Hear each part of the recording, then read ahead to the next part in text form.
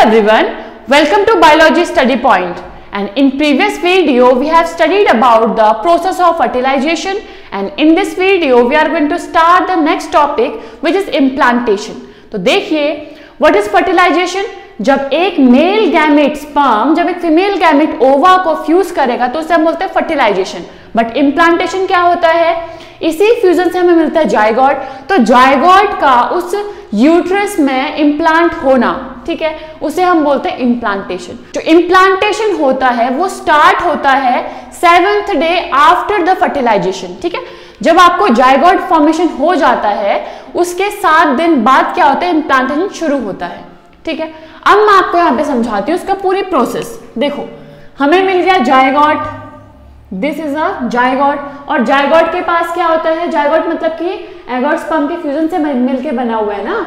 तो यहाँ पे जायगोट का खुद का क्या बन चुका है? ये जेनेटिक मटेरियल. जायगोट आपका होता है सिंगल सेल्ड.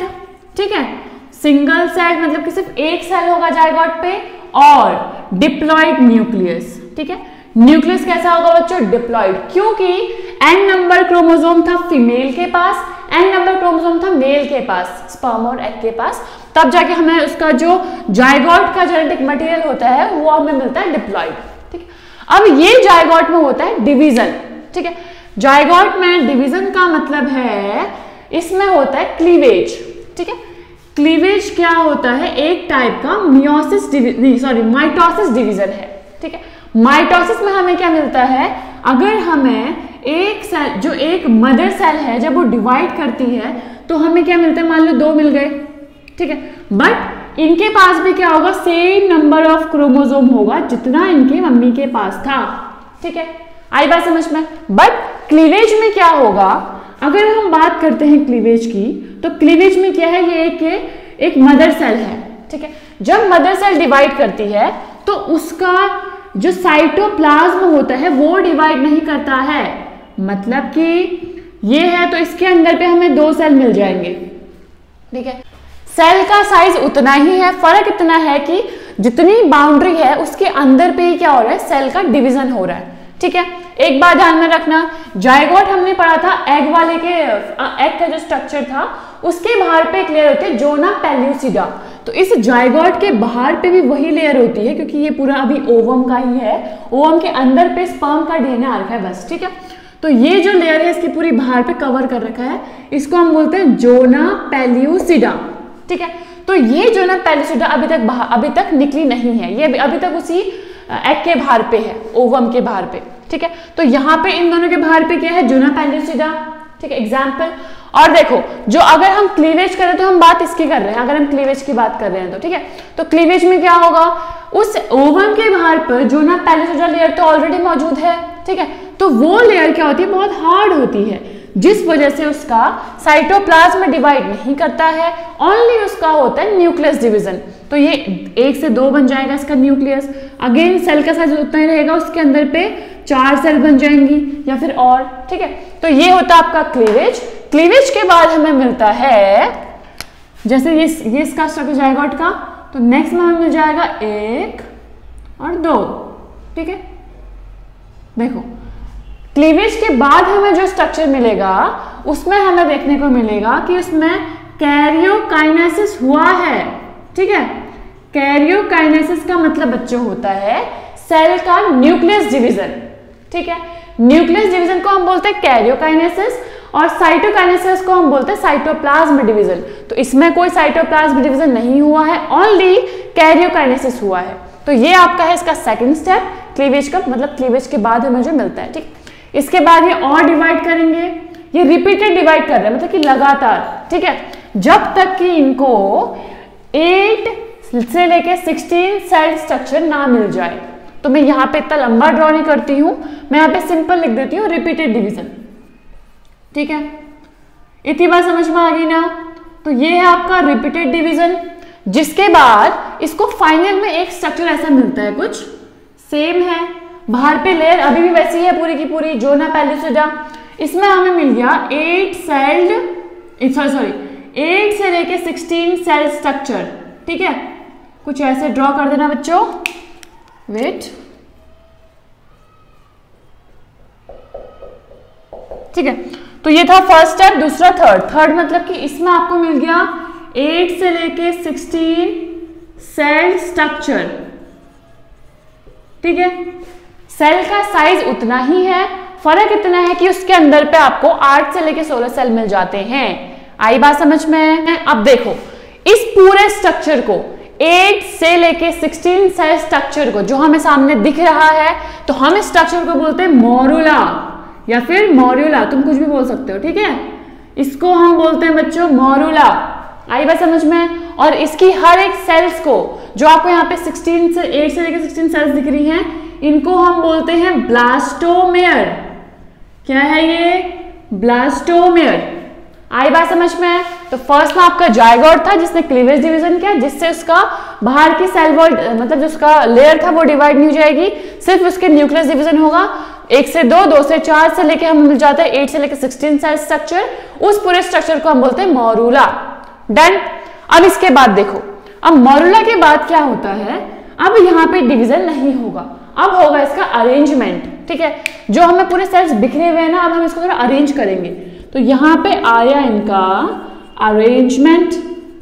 ठीक है, तो अरेंजमेंट में क्या होगा? देखो सेम, इसको गोला बना लो यहाँ पे एक, और जो सेल्स थी ये साइड पे कुछ, इनमें से कुछ सेल्स क्या हो गई, साइड की लेयर ऐसे वॉल बना दी उन्होंने। ठीक है, कुछ सेल ने ऐसे करके पूरा ढक दिया उसको साइड से। ठीक है, ठीक है, तो इन्होंने पूरी एक बाहर पे उसके अंदर साइड से एक लेयर बना दी। इस लेयर को हम बोलते हैं ट्रोफोब्लास्ट। ठीक है, जो बाहर की एक लेयर बना दी इसको हम बोलते हैं ट्रोफोब्लास्ट। और जो कुछ सेल इसके यहाँ पे गुच्छे बना के रह गए, मान लो ऐसे करके ग्रुप में थोड़े सेल। ठीक है, ये ठीक है, इन सेल को हम बोलते हैं एम्ब्रियोब्लास्ट। क्या बोलते हैं? एम्ब्रियोब्लास्ट। तो यहां पे लिख दो, these cells are known as embryoblast. Embryoblast. ठीक है, अब जो इसकी ये कैविटी आपको दिख रही है, कैविटी का मतलब है जिसका ब्लैंक स्पेस आपको दिख रहा है, ये जो पार्ट है ये। ठीक है, इस कैविटी को हम बोलते हैं ब्लास्टोसियल। क्या बोलते हैं? ब्लास्टोसियल। देखिए, ब्लास्टोसियल। ठीक है, वो कैविटी क्या है? ब्लास्टोसियल, जो इसका ब्लैंक स्पेस है। अब देखो, जो ये जो कैविटी है यहाँ पे ब्लास्टोसियल, इसमें हमें एक सब्सटेंस मिलता है, इसको हम बोलते हैं ग्लाइकोजन। क्या बोलते हैं? इसमें कुछ मटेरियल है, उसको हम बोलते हैं ग्लाइकोजन। ग्लाइकोजन कहां से आया? इसके पास क्वेश्चन बनता है, ग्लाइकोजन कहां से आया? यूट्रस की वॉल से आया। आई बात समझ में? मोरुला के बाद का जो हमें स्टेप मिलता है इसको हम बोलते हैं ब्लास्टोसाइट। क्या बोलते हैं? ब्लास्टोसाइट। आई नो बहुत ज्यादा ब्लास्ट हो गया बट समझ जाओ, ब्लास्टोसाइट। तो देखिए, अभी हमारे पास मिल चुका है ब्लास्टोसाइट। ब्लास्टोसाइट में क्या था? साइड की जो लेयर थी उसको हमने बोला ट्रोपोब्लास्ट, जो उसकी खुद की जो ब्लास्टोमेयर सेल थी उसने बना दी। अंदर पे कुछ सेल का ग्रुप था जिसको हमने बोला एम्ब्रियोब्लास्ट, और जो कैविटी थी उसको हमने बोला ब्लास्टोसियल, और कैविटी में क्या फिल था उसका? ग्लाइकोजन। ठीक है, ये काम चल रहा होता है बेटा 5th डे में। ठीक है, क्योंकि हमने पढ़ा था आफ्टर 7th डे इम्प्लांटेशन होता है, अभी तक इम्प्लांटेशन हुआ नहीं है। इम्प्लांटेशन का मतलब है जो यूट्रस होता है, कैसे बना रही हूँ, रुको ना, कैसा था? ठीक है, जो यूट्रस होता है ना, तो यूट्रस में उस एग का, उस ओवम का क्या नहीं हुआ, अभी इम्प्लांटेशन नहीं हुआ है, मतलब कि वहां पे अभी इम्प्लांट नहीं हुआ है, खाली उसका साइज इंक्रीज होने में लगा है अभी। ठीक है, तो ये अभी तक हम 5th डे में पहुंचे हैं। 6th डे में क्या होता है? देखिए, 6th डे में इसके जो बाहर पे जोना पैलिसिडा लेयर थी ना, एग वाली ओवम के बाहर पे, वो रिमूव हो जाती है। क्या हो जाती है? जोना पैलिसिडा लेयर जो थी वो रिमूव हो गई 6th डे में। तो लिखो, यहाँ पे लिखो रिमूव जोना पैलिसिडा, मैंने जेड पे लिख दिया शॉर्ट में, रिमूव जोना पैलिसिडा। ठीक है, अब 6th डे में ये हो गया। अब इसके बाद 7th डे में क्या होगा? जो एम्ब्रियो होता है, क्योंकि इसके अंदर पे एम्ब्रियो का फॉर्मेशन हो चुका है अच्छे से। अभी एम्ब्रियो का मतलब होता है जायगोट के बाद जो हमें मिलता है। ठीक है, तो एम्ब्रियो क्या करता है? कुछ केमिकल रिलीज करता है। क्या करता है एम्ब्रियो? केमिकल रिलीज करेगा, जिस वजह से जो यहाँ पे इसमें क्या है, एंडोमेट्रियम है ना, ये वाली लेयर को हम क्या बोलते हैं, एंडोमेट्रियम। ठीक है, तो जब एम्ब्रियो केमिकल रिलीज करता है, एम्ब्रियो यहाँ पे पहुंचा है हमारा, सुनो, एम्ब्रियो में क्या हुआ, फर्टिलाइजेशन हुआ, उसके बाद वो आया यहाँ तक पहुंच गया, वो यूट्रस के सेंटर के पार्ट तक। अब उसका साइज यहाँ पे इंक्रीज हो रहा है क्योंकि वो जायगोट बन चुका है, सॉरी वो एम्ब्रियो में ट्रांसफर हो चुका है। अब उसके बाहर की लेयर टूट चुकी है, जोना पेल्यूसिडा। ठीक है, अब उसको इम्प्लांटेशन करवाना है हमें यहाँ पे, वरना वो बाहर निकल जाएगा बच्चा। ठीक है, तो अभी हम क्या करेंगे, ये हम क्या करेंगे, एम्ब्रियो करेगा। ठीक है, एम्ब्रियो क्या करेगा, अपने से केमिकल निकालना शुरू करेगा। केमिकल निकालना शुरू करेगा तो बच्चों क्या होगा, इस जो एंडोमेट्रियम होती है जो, ठीक है, एंडोमेट्रियम में कैविटी का फॉर्मेशन करेगा। कैविटी का मतलब थोड़ा ब्लैंक पार्ट टाइप का। ठीक है, तो मैं इसको इतना मिटा देती हूँ। यहाँ पे उसने क्या कर दिया, ऐसे कैविटी बना दी, रुको, ये कैविटी बन गई यहाँ पे। ठीक है,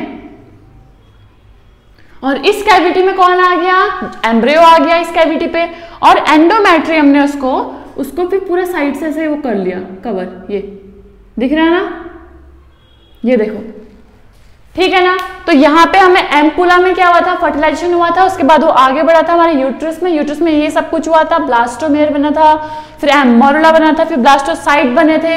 फिर ब्लास्टोसाइट के बाद क्या हुआ था, 6th डे में उसका ZP जोना पेल्यूसिडा उसकी रिमूव हो गई थी। उसके बाद जैसी वो लेयर रिमूव हुई, उस एम्ब्रियो ने अपने से केमिकल निकालना शुरू किया।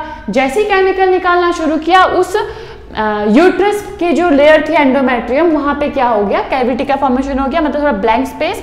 जैसे वहां पे कैविटी बनी तो वो वहां पे जाके दुबक के बैठ गया, कौन, एम्ब्रियो। अब वो जैसे ही वहां पे बैठेगा तो एंडोमेट्रियम उसको चारों ओर से घेर लेगी, पूरी ब्लड की वॉल बनी है ना एंडोमेट्रियम, आई बात समझ में। तो यहाँ पे इम्प्लांटेशन पूरा हो गया। तो इम्प्लांटेशन का मतलब होता है बच्चा वहां पे इम्प्लांट हो चुका है। ठीक है, उसके 9 मंथ तक वो फीमेल की बॉडी में रहेगा, उसके बाद उसका क्या होगा, पार्चुरेशन। तो इसका नेक्स्ट टॉपिक आपको मैं पढ़ाऊंगी, पार्चुरेशन। ठीक है।